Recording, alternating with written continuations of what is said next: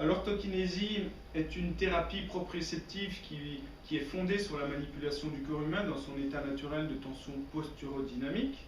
C'est-à-dire que par son terme ortho, droit et kiné, mouvement, on va récupérer une dynamique articulaire et tissulaire qui est physiologique. Alors c'est une technique qui est sans danger, sans manipulation vertébrale. Elle va permettre de libérer efficacement des pertes de mobilité articulaire et tissulaire. Elle va avoir une action sur un corps en pleine tension et en mouvement. C'est surtout ça la différence, c'est qu'on va pouvoir travailler sur un corps en pleine dynamique. Donc les tensions sont différentes quand on est, au niveau musculaire, les tensions sont différentes quand on est en mouvement que lorsqu'on est assis ou couché. Donc là on va jouer sur cette action où on pourra changer le patient sur différentes positions, mais si on le travaille en mouvement, on va jouer sur les tensions musculaires différentes pour avoir une action plus importante lors de notre traitement. Donc c'est un traitement qui est un peu vu comme un réajustement des tissus sur tout leur trajet. On ne va pas s'arrêter que sur des points réflexes, on va vraiment travailler tout le long des trajets musculaires.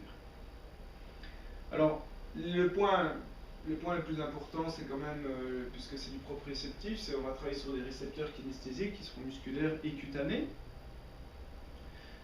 Au départ, on a donc les fuseaux neuromusculaires qui sont très importants au niveau proprioceptif, puisque Roll a démontré que par une stimulation vibratoire sur un tendon musculaire, on peut créer une sensation donc illusoire de mouvement qui sera accompagnée d'une erreur d'appréciation de la position du membre concerné, donc par notre cerveau.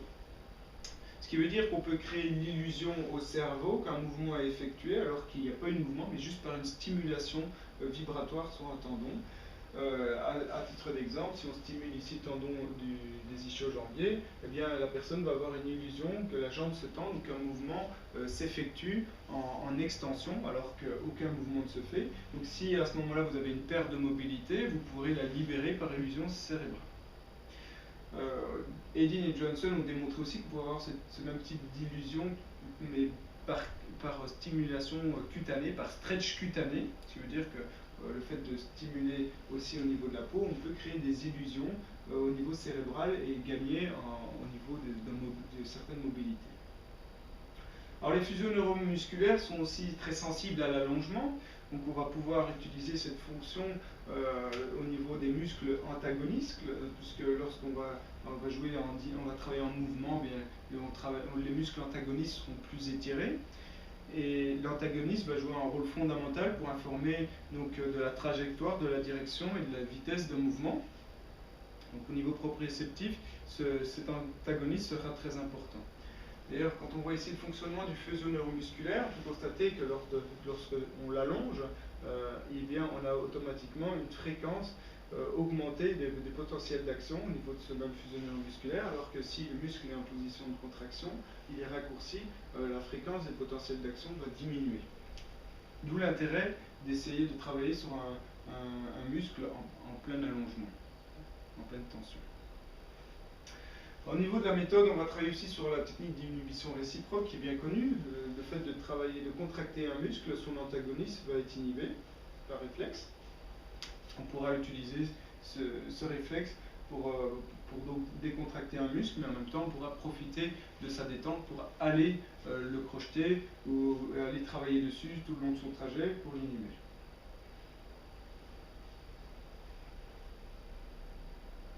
Alors les organes tendineux de Golgi sont aussi très importants comme mécanorécepteurs. Ils sont placés entre les extrémités des fils musculaires et le tendon. Ils sont très sensibles au niveau, à la tension des fibres musculaires squelettiques, c'est-à-dire qu'on aura des récepteurs sensibles à la tension passive et à la tension active, c'est-à-dire qu'ils seront sensibles lors de l'étirement musculaire et lors de sa contraction. Alors, ce qui nous intéresse principalement par rapport aux organes tendineux de Golgi, c'est qu'on pourra obtenir, lorsqu'il y aura une traction trop importante de ces organes, on pourra obtenir un réflexe myotatique inverse. Ce réflexe myotatique inverse est en fait le réflexe du trust ostéopathique, c'est-à-dire que ce réflexe est un réflexe de protection du muscle contre sa propre désinsertion. Donc si on travaille sur un muscle qui est déjà en pleine tension, qui est en contraction, et qu'on va le crocheter tout le long, on va automatiquement, par cet effet de mise en tension supplémentaire, créer un réflexe myotatique inverse qui va l'obliger à se détendre, et à ce moment-là, donc on va inhiber le muscle, ce qui fait que si ce muscle était la cause justement d'une perte de mobilité articulaire, eh bien la mobilité articulaire va pouvoir être récupérée par sa détente. Alors ici, donc, on le voit ici, une manipulation du tendon d'Achille et du mollet. Au niveau en dynamique, on va demander à la personne de piétiner, on va crocheter le mollet et le tendon d'Achille. Le tendon d'Achille, ce crochetage latéral, en fait, va permettre aussi de lever des adhérences. Donc ça c'est aussi un point intéressant. Mais donc, d'abord, cette manipulation va assurer un geste précis qui va s'effectuer en continuité, en fluidité des tissus. En station debout, comme je vous l'ai dit, comme on peut le constater, postural ou dynamique, mais aussi dans des positions où on crée des mises en tension naturelles en couché ou en assis. En ayant des actions moins intéressantes au niveau des tensions musculaires, évidemment, si on le fait en couché. On va insister sur la stimulation proprioceptive dynamique des pieds, des articulations temporomandibulaires et des yeux. Mais bon, il ne faudra pas rester fixé juste sur ces 3 points, puisque ces 3 points sont très importants, puisque c'est quand même des entrées proprioceptives dominantes, mais il faudra aussi aller travailler sur les autres parties corporelles, pieds, membres inférieurs, donc bassin, viscères, colonne vertébrale, thorax, membre supérieur et crâne.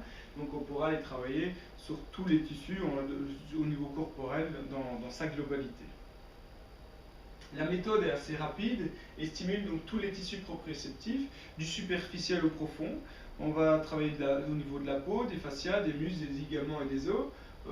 La technique peut se faire d'abord en douceur, et puis après, si besoin, on pourra aller chercher plus en profondeur. Maintenant, la recherche en profondeur va obliger d'aller rechercher aussi des tensions plus vieilles ou des fibroses pour les lever. En général, avec une seule séance, ça suffit pour libérer les pertes de mobilité articulaire.